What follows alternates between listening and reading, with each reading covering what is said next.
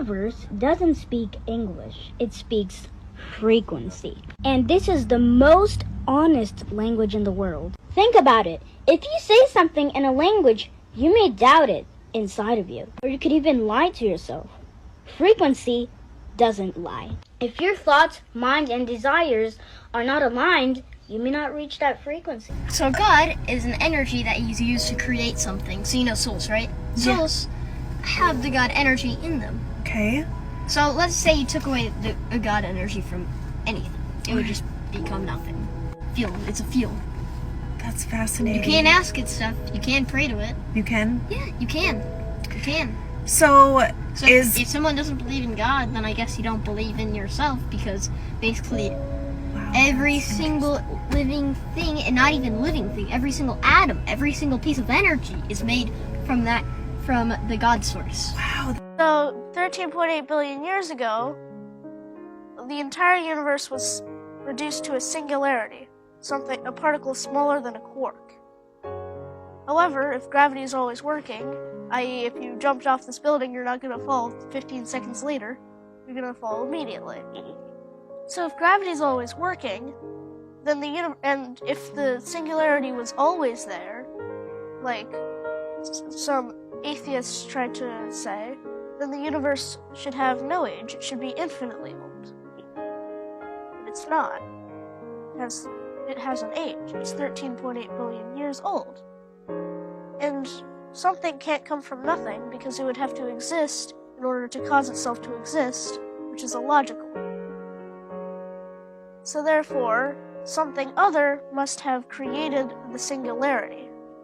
And that something other we observe as God. What is God? Okay, so a lot of people think God is, quite in the biblical sense, a guy sitting up on a cloud who controls the universe, frankly, and has created all life.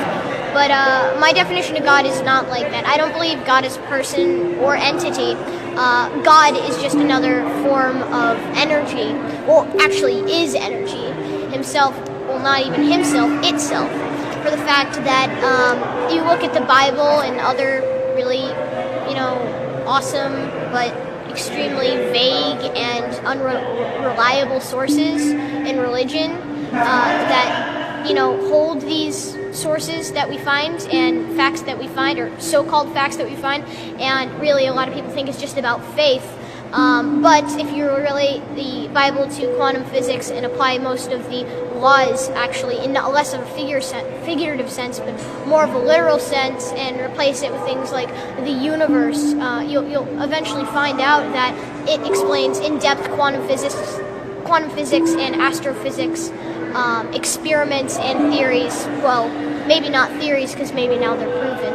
Who knows? Maybe the Bible isn't a story of something that happened on Earth, but maybe a story of how our universe began. For the fact that, honestly, I don't really buy into the literal biblical sense, like, God is literally a guy who looks like us, who sits up in an alternate realm that's in our clouds and, watches over all of us. But I guess you could say that he's an energy form that created all, and is everywhere and nowhere at the same time. God, or energy, lives within us, through us, and is us, frankly. So you said what? That God is the energy that is in us, created us, and is us.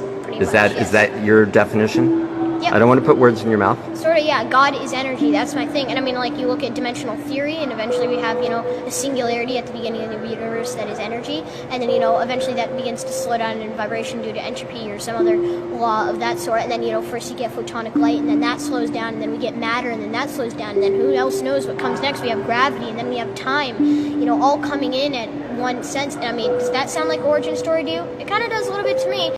If you want to do something, you just need to believe it, and you can't just say, I believe I can do this, I believe I can do that, because it doesn't work. You really need to think it in your heart.